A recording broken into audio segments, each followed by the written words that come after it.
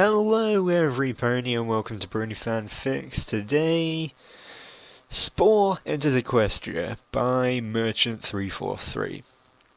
And for those who don't know, Spore is a game where you make creatures and you evolve them, and you really don't have a right to not know what Spore is. So if you don't know what it is, go and have a look at it, because it's a very good game. Right, let's get started with this.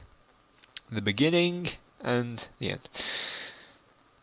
Twilight Sparkle rose from her bed and rubbed her eyes. It was a new day in Ponyville, and what an exciting one. She would finally be going over a copy of Predictions and Prophecies again. She had only partially read it when Nightmare Mood decided to appear, and for several years past, she could finally get to reading more recent entries. "Spike!" Twilight yelled, startling him from his sleep. "What is it, Twilight?" Spike groggily stated. "I need to read my copy of Predictions and Prophecies. Do you know where it is?" she said sweetly, and then added, I'll get you a sapphire sandwich later on if you want me to."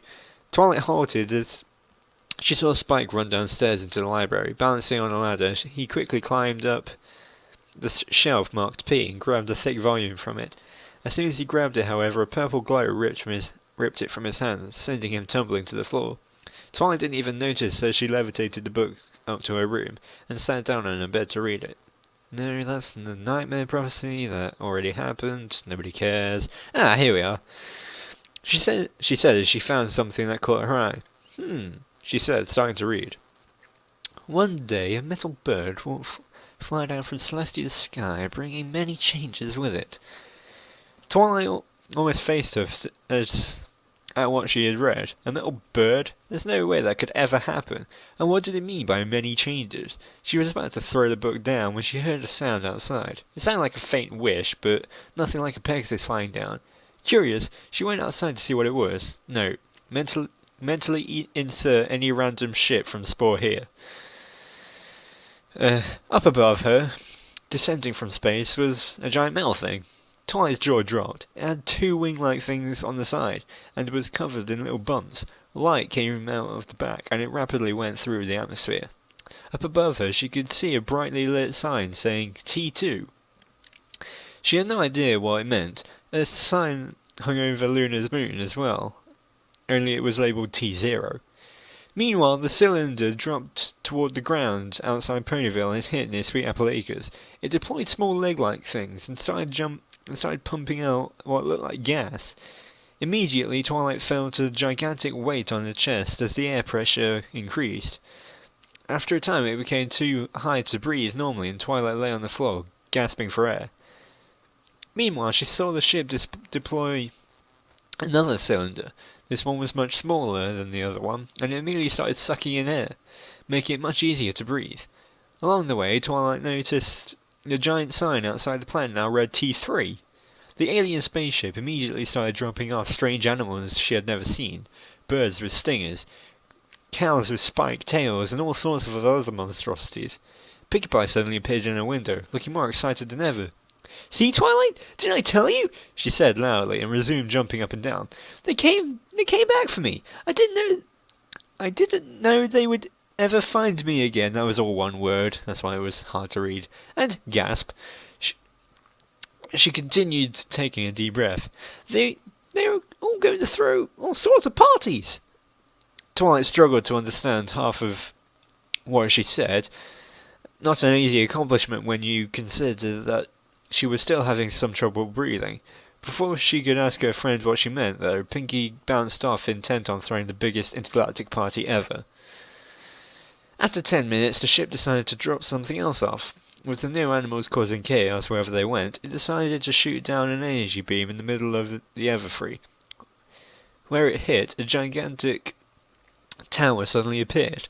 Walls appeared on the sides and shot out for around 200 meters, making every large clearing in the forest. Twilight wondered where Celestia and Luna were in all of this. Buildings started to pop into place in the middle of what was now apparently a new city. Dozens of strange creatures of one type wandered around, and several manticores that tried to attack were killed by strange cannons on the wall. A short time later, with all of Ponyville in panic and the elements still trying to find each other, Another event happened. Ships different from the previous ship went down from the sky and made for the new city. When they were close enough, it quickly became apparent they were shooting at it, as explosions rocked the strange city. One large lone enemy ship came over the mountains. It shot a beam of energy at a mountain not far from Ponyville, turning it instantly into a volcano. Twilight was horrified by the thought, as the volcano rapidly raised the temperature of the planet. The sign above the planet quickly turned to T2, as thousands of species died off, including the alien town, which was enveloped in lava. A few dozen alien ships started battling each other over the planet, sending wrecks of strange packages to the surface. When Twilight tried to open the package, it quickly ripped to reveal several containers of green powder, which actually smelled quite nice. However, Twilight decided she would rather not get infected by whatever might be on it, so she quickly backed away and ran to the hill outside town. The sign above the planet quickly changed to T1 as the battle died down. Twilight didn't know what to do now.